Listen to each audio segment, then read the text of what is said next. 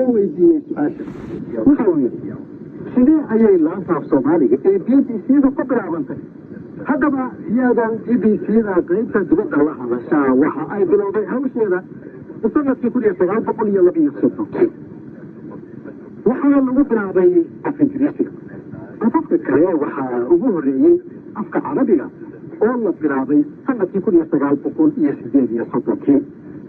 sababta loo bilaabay afka carabiga waxay ahayd si looga hortago isbahaysigii jarmanka iyo dalalkii kale ee taageersanaa oo barnaamijyadii ay u jeedinayeen dalalka carabta aad u kordhiyey xilligaas muddadii uu dagaalkii labaad socday waxaa iyana aad u kordhay afafkii shisheeyaha ahaa ee lagaga hadlayey amba laga sii daynayey b b c-da dibadda la hadasha markii uu dagaalkii labaad ee dunidu uu dhammaaday afaf loogu talagalay ayaa loo sii daynayey qaaradaha adduunka hase yeeshee marka laga reebo af carabiga ma jirin af kale oo loo jeedin jiray qaaradda afrika laakiin siyaado markii la gaadhay kontumayadii waxaa ka bilaabmay dalalka afrika ee markaasi boqortooyada ingiriisku ay gumaysanaysay xiisado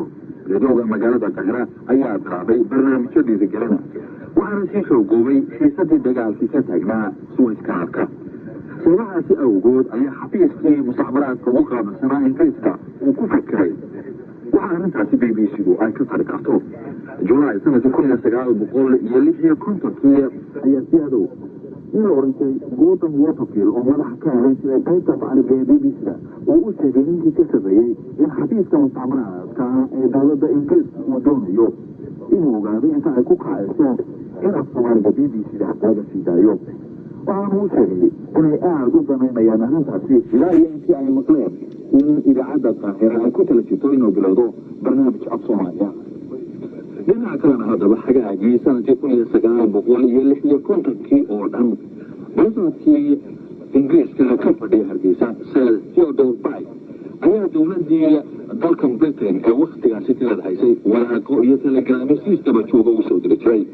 waxyaabaha ay codsanayeenna waxaa ka mid ahaa in reediyooga hargeysa ama b b c-da laga sii daayo barnaamijyo laga hortegayo caaqilo lagu tilmaamay inay khayman yihiin oo etoobiyaanku magacaabeen oo kuwaas oo lagu eedeynayay in odayaasha reer somalilan idaacadda ethoobiya ay uga baaqi jireen inay etoobiya ka mid noqdaan oo ay kusoo biiraan